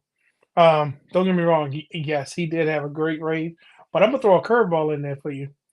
The best Intercontinental title reigns come when there's a ladder involved, and that's all I'm gonna Okay, say about that. If you think about it, let that marinate for a second. I'm gonna give you people something to think about. Think about every Intercontinental title match that had a ladder involved. Edge and that's a Christian. really good point. Remember the That's a really good point. concerto off the top. You remember that moment. The win at WrestleMania. Shawn Michaels and Razor Ramon. Chris Jericho at the Royal Rumble 2001, which is one of my favorite matches. Um, they ran it Raw back. had a couple Everything of that you. them, like Van Dam and Guerrero, and Van Dam and Yes, I Christian, was and yeah, anything with a ladder it involved. That was the best title reigns because those matches did not disappoint. I don't care what anybody say. They the that title had the best ladder matches attached to it, better than a Money in the Bank. And Money in the Bank has been some 27-star matches, but I'm telling you, it doesn't hold to the Intercontinental title reign. I mean, of that. So good point. And of course, he's got to say that. Which all of his reigns, brother Hugh, or just which one? The one where you hit the good music. Which one was it? All right. So what's your favorite version or what's your favorite design of the belt? sure. I will Oh say, shoot, wait a minute before we say that. He said yeah, Ruthless that's Aggression era, RVD era. I RVD just with Orton it, is a really good shout too. Actually, I really loved Orton's reign. and it was so different and unique. And remember RVD kept being that guy to get it. It felt like it was kind of his belt at some point. It was I like, know, oh, and he'll and have the kind of belt. I'll try to transition you in a good way. My favorite is the oval. It's the oval with the WWE logo, but that was just because unlike what Brian's convinced of, I did start watching in 2002, and that title was the oval, and it was like you said, it looked so cool. You immediately, even though I didn't know what it was, you immediately knew what the title was, what it represented, and like you said, I come into it, and in 2003, there's like a bunch of ladder matches for the title, and I'm like, this is the coolest title ever. What are you talking? Like, this is so cool. RVD's got it, Jericho's got it, Christian's got it. It's like all of these guys who are phenomenal wrestlers and really fun characters are having this belt. So for me, that's far and above the best version.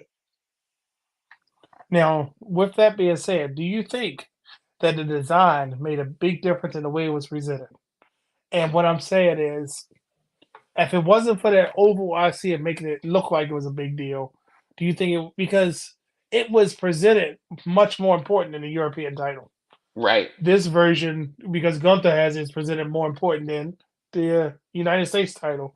So when you think about it, do you think that the design made it the presentation more important?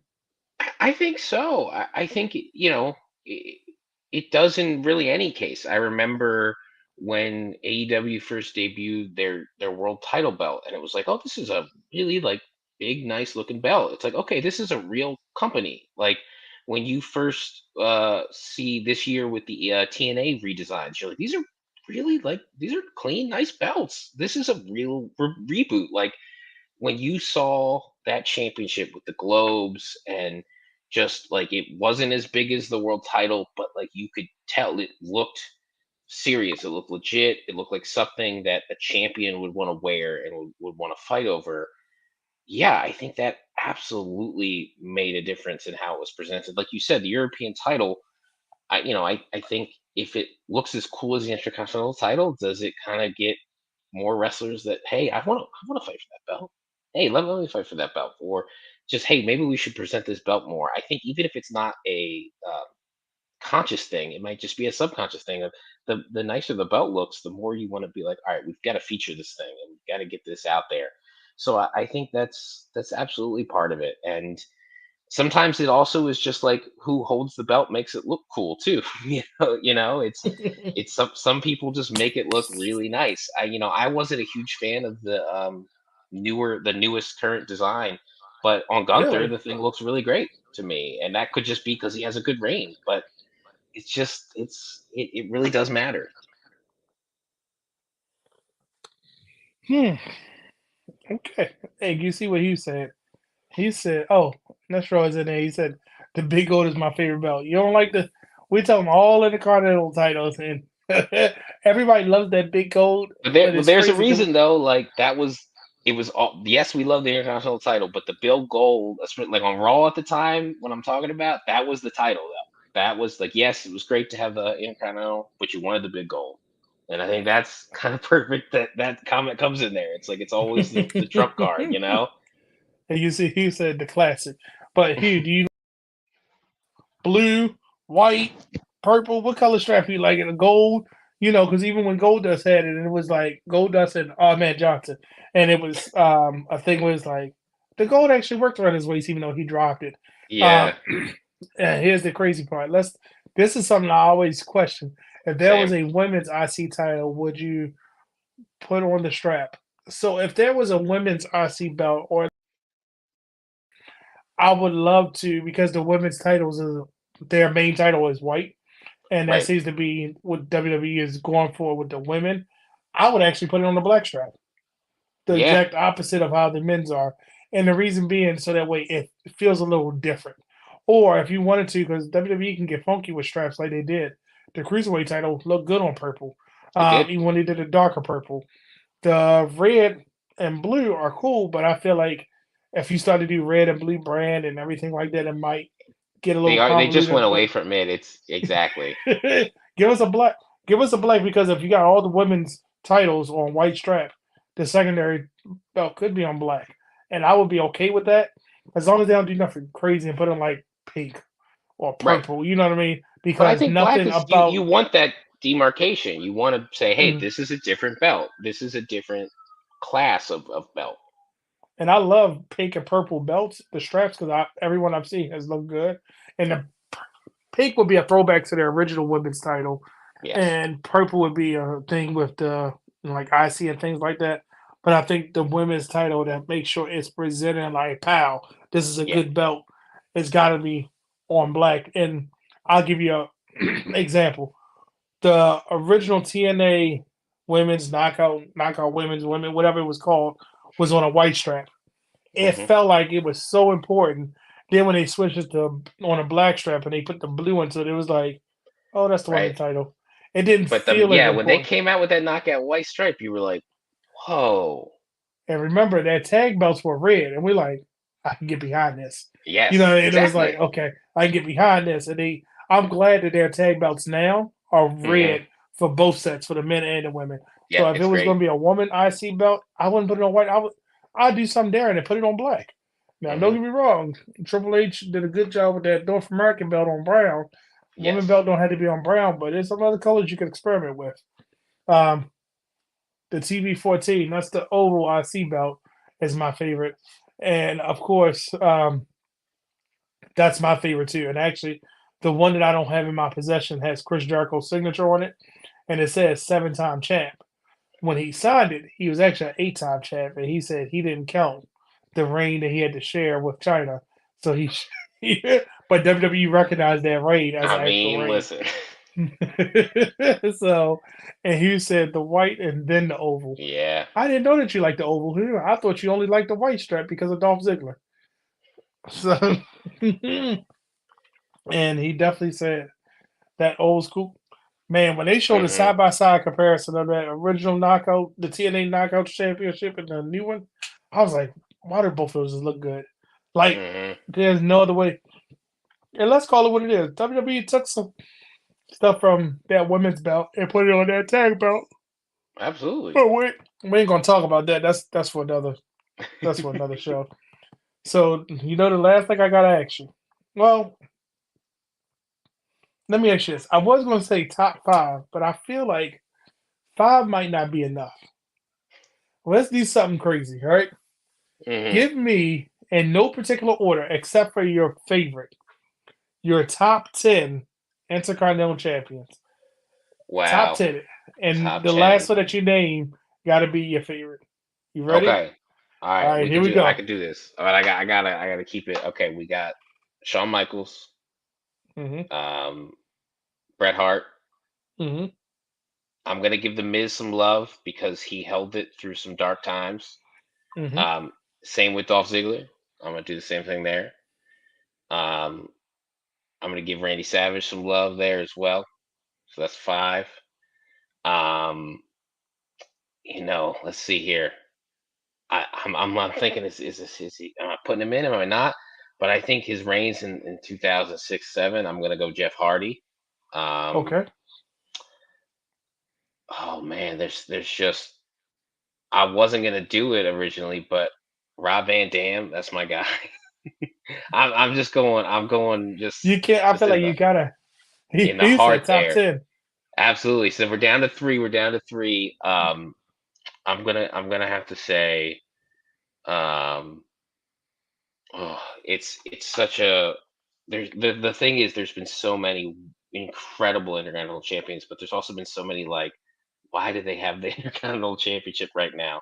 I'm gonna give one to, and this is a complete. I understand people won't understand Booker T, because he won that title when it came back after Christian won the Battle Royal, and that was like the peak of my young fandom. So I'm giving Booker a shout. Shout out to Booker. And then 1 and 2, it's super hard. I'm going Gunther at 2 and Chris Jericho at 1. The 8 times, even if he can't say it, he was what It's it actually meant. 9. Yes, He got it exactly. at 9.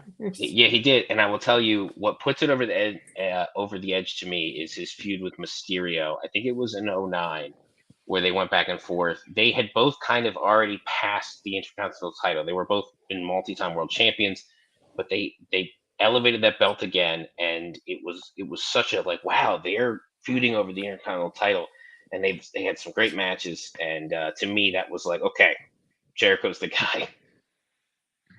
And for his last title reign, that was the last one with the oval IC that he had, because all his reigns came with the oval belt. Yeah.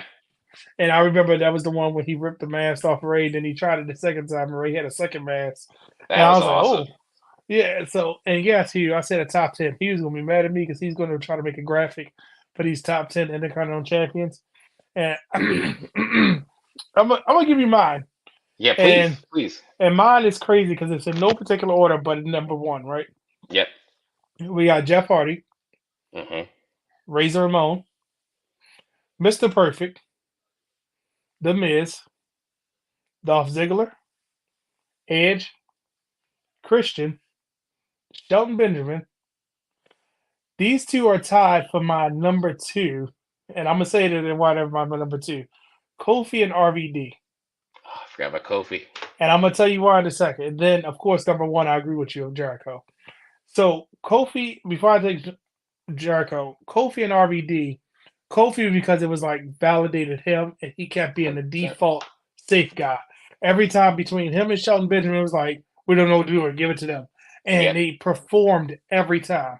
Kofi got his first win against Jericho for the Intercontinental title. It was like, oh, he's the guy. Okay, yay, we won him. And that without his work in the Intercontinental title picture, it did US because he kept flipping back and forth. That 11 years meant so much more when he became world champion, WWE Right. champion. And I think it started there because remember he kept bouncing around. He had the most tag team partners. It was like him, CM Punk, Air Boom, him and R-Truth. R-Truth. And then he found it with New Day. And it's like, people forget his singles run. So when he became a WWE champion, I was like, y'all forgot. Go back and watch any of his Intercontinental title matches. That's what sparked it. And then his US. And when I tell you Shelton, the biggest fault, and I like Shelton Benjamin, the biggest fault WWE did was let him talk. Yeah. That was the biggest thing that held him back. And one of the best matches I remember seeing with Shelton was Shelton Benjamin and Christian for the ECW title in a ladder match. I know we're talking about the Intercontinental. No, but fantastic. Yeah, RVD for obvious reasons. That felt like the RVD belt. And then Jericho won because he had it 9 times.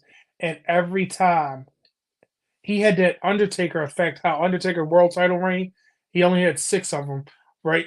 But all of them, you remember moments of them. You remember how impactful they were. If you think about it, him and his greatest rival, they wrestled for about 5 years, but they kept drifting apart, coming back together. Boom, putting on a great match. It was kind of like a Bailey and a Sasha. Like, okay, we know we want to see another one of these matches, but we don't want to see it August, September, October, November, December.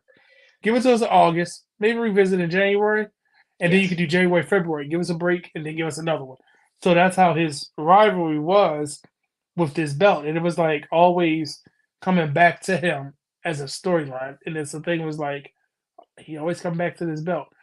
I do believe that his time now is kind of taking the memory and making people not want to go back and see this great body of work that he did with this belt. Which brings me to the Bloodline. When you look at it, The Rock, Roman, Rikishi, Umaga, and probably the Usos will go down as, what does it say? Wrestling has more than one royal family. The royal family that dominated this belt directly. The fact that you've had so many of these prominent members hold this title at different eras, because all of them were in a different era. If you think about it, The Rock held it in his era, then it transitioned to Rikishi. You might as well call it an Attitude Era. Yeah, and then Umaga was that Ruthless Aggression? Maybe I think it was still Ruthless Aggression. Yeah. Yeah, and then had it during the Authority time. So now we about to have it in the what is this era called? I don't know. What are we in? About to need a Netflix era. I mean, I don't know. But I'll tell you, I will also say the Bloodline is not done. I would not be surprised if another generation holds that belt, whether it's Jacob or somebody that's in high school or middle school right now. I mean, it's just. Well, Roman got 2 sets of twins. Remember that. Exactly. And exactly. Remember, Rikishi got more. I'm serious. That's because this belt. Rikishi got more. Yep. And look at that. It said, what era had the best IC champs? So it's kind of hard to say because I feel like every era had those pockets of great champions. Like, if we go back to Mr. Perfect time, right? Yes. He was the it factor. The Honky Tonk Man had the longest run, but it was like he had the longest run because that's what the story dictated. But then when Mr. Perfect, it was like, we want to see him. This is what we want to see. And everybody laughed about him grabbing the title and holding it upside down, but that's his moment. And then when you fast forward to me, without Shawn Michaels and Razor Ramon, that ladder match, it's like I didn't care about it during that time until they had it. And granted, yes, Randy Savage and Ultimate Warrior were in between that, but it peaked the most because it was some rejuvenation. And the problem I had with Randy Savage and Ultimate Warrior, they kept being too close to the world title. 100%. Every time you turned, it was too like it wasn't a separation that we're fighting here. I was like, no, I want the title. I want the title. Even to the fact that look what Ultimate Warrior did when he had the Intercontinental title. Yeah, You get what I'm yeah, saying? So it's like I can't really call that a great time. It was some great storytelling, some great matches, and then the Attitude Era. If it wasn't being hot shot, it was building a new star. yeah. And they were trying, like Brian said, to try something different to see what would work. And then the Ruthless Aggression, it gave us some of the best times. But I can't really define which era, because even during, we forget about the pandemic era, when Sami Zayn was doing the best thing about being, Oh. I'm the Intercontinental. Yeah, I was looking through Reigns and I forgot about that awesome triple threat ladder match with him. Speaking of the ladder matches, with him and Styles and Hardy. I mean, Hey, listen, it's I'm telling you, yeah. ladder matches with the IC belt are the best. And remember, he's the one that introduced it to Shinsuke. And Mhm. then it went from Shinsuke to, was it AJ or Jeff? Yeah, I think. And then, because what you call it, got it from him, and then he got stuck during the pandemic, and then they had a tournament Yeah. and everything, and it was like, it was just some good storytelling. I'm like, this is interesting. So I don't know. What say you was the best era to hold the title? And while we're waiting for that, I you think when said, I think honestly your breakdown was exactly right. And because of that, I would say the Attitude Era, because yes, they tried, like Brian said, they were trying with everybody, but they hit more often than they didn't. And the guys they hit on with that belt are not just Hall of Famers, but if it was a physical Hall of Fame, they would have their own wing. So I mean, yeah, I just think that was the era, and it's hard to tell because again, we're it's we don't know how big a stars some guys from this era will be, or even from the era before this, but it's just hard to match up when you look at like just the breakdown of the Attitude Era champions. It's hard to beat that list. It's a who's who, and they are the ones that are referenced when you talk about a guy winning the Intercontinental title. You're like, this is who he's amongst now. these are the who's who of wrestling. Kind of like with the Exactly. United States title. If you really look at the United States title, and we're going, like, you might do that show with me when we talk about the I'm United down. States title, I'm because down. that lineage is insane, and it reads It's like incredible. it's a who's who of the Hall of Fame of any wrestling promotion, if you really think about it, because Yeah. that belt, but you trace back the lineage, you're like, wait a minute, what? You know, like you're like, I didn't know. Wait a minute, it What? started with, and it's to the point that it's like, anytime legends are holding the Intercontinental title, and it's like, this is great. You know what I mean? Because let's call it what it is. When Ric Flair won it, it was like, oh, he's never held that belt. Okay. Right. And they gave him that, like, wow, they gave him that. Ric Flair didn't need the Intercontinental title, but like you said, it had to check off something. You get what I'm saying? So it's like, Yeah. I'm okay with it. And now, granted, China has been the only woman to hold it. I know it was toying that Charlotte Flair will be Intercontinental champion. I don't think she needs it. I think they need. I'm gonna say this, and I said it before. I think WWE and AEW need to flip belts. AEW needs a women's tag belt, and WWE Yeah. needs a women's secondary belt. Yeah. Because WWE, as much as in Triple H we trust, he can't get the women's tag division right, but he gets the No. men's tag division right. Because Yeah. the women's single wrestling is perfect in WWE as compared to the as in AEW. AEW Yeah. does better with factions and multi people, everything than they do. Because think about it, nobody's ever alone in AEW. No. So why do you have singles title if everybody's gonna be with somebody else? Right. The last That's time a I great watched point. It would fix a lot of problems on both ends. and I'll tell you, the last time I watched, as much as Julia Hart reign was with the TBS title, I said, "Oh, she's getting a partner. They're turning her. Yep. Oh, Julia Hart's been alone too long. Oh God, here we go." And I said, Yep. "Yep, can't watch this anymore." But I don't want to rant on that because this show is No, all you're about fine. a belt that has the bloodline and the lineage in it, and I think we kind of did that, don't you think so? I think so. I think it was excellent. I think we did all right with that. I appreciate you one for taking time out and just so people know Absolutely. this has been I in the making appreciate for you. what months on months. Absolutely. We've been trying, but hey, we got it rocking, and We got it I together. I moved in. I'm ready to rock, and yeah, I'm happy to join you next time. I'm happy about that. This is I really excellent. hope. I really hope we get. And if I can get to it, I'm gonna show you. I really hope we get this sooner than later. He was probably gonna fight me for doing this, but I really hope this is. I hope Yeah, we get this. I I hope mean, we do this too. is just the natural progression because when you look at certain things, you started with this, Yep. right? The Rock. I mean, Rocky Maivia, The Hmm. Rock. I'm sorry, I went out of order. We had all of these versions, right? And then to the dad. I mean, these graphics are awesome. They Then to are. the They really are. cousin. You know what I mean? So why not go with the next wave of the bloodline? Because no matter who comes, if this man has it, and even if he drops it to him, I mean, it's just he's wearing it already. He's letting you know. Yep. It This would be is awesome. if I think Seth it's got to gonna take happen. time off. Let's say Seth got to be gone for 2-3 weeks or whatever it may be.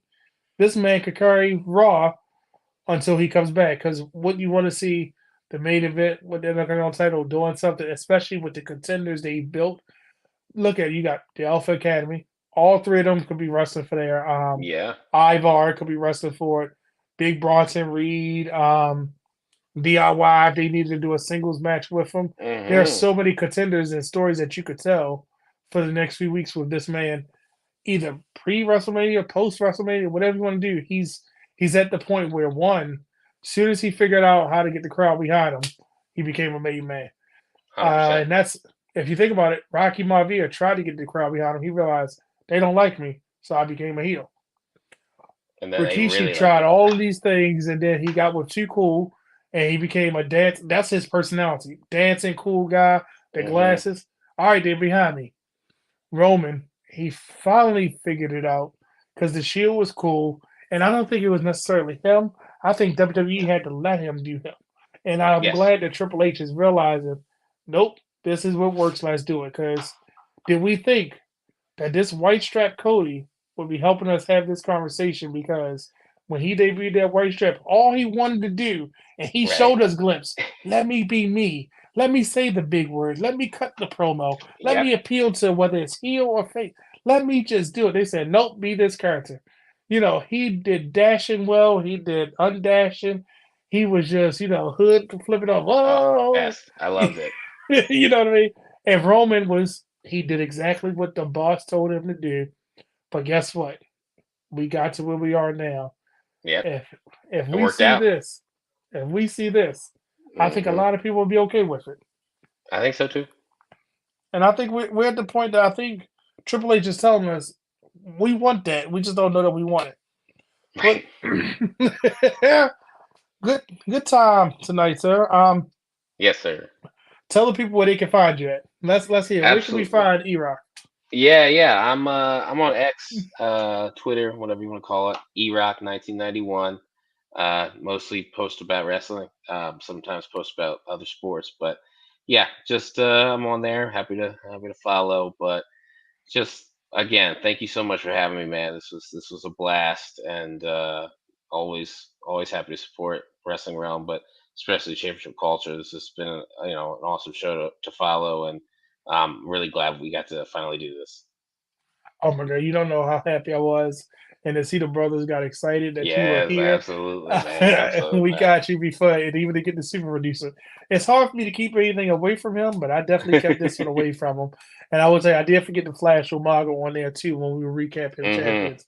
But I'm gonna tell you this: if you want to follow us on all social media platforms, don't forget you can follow us on Facebook by using the Wrestling Realm. We're at the Wrestling Realm on Instagram and X. And also, you can follow Championship Culture directly on Instagram if you want by using Championship Culture _ on Instagram. And don't forget, if you want to catch up to all 25 episodes of season one, and guess what? You can also catch up on season two because this was episode 4 of season two. If you want to go back and watch episode one, finishing the story. Episode 2, network logos. Episode 3, don't be confused, it was NXT Volume 4. Go check out those 3 episodes. It does not disappoint. And trust me, if you make comments on those videos, myself or the super producer, Ash to the Third, will respond. Engage as always. Can't wait to do this again, because you can tune in every Tuesday at 8 p.m. for the next episode of Championship Culture, where every belt has a story. I can't wait to hear yours.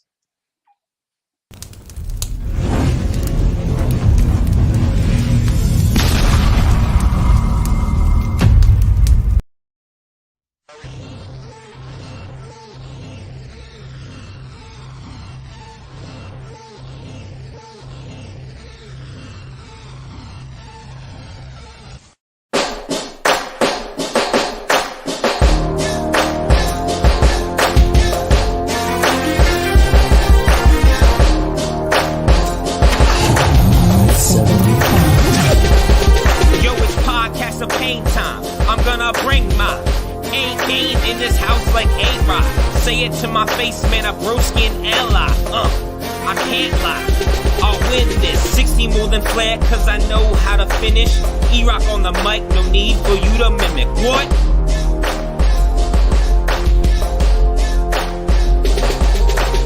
Yo, it's Charlie Speed.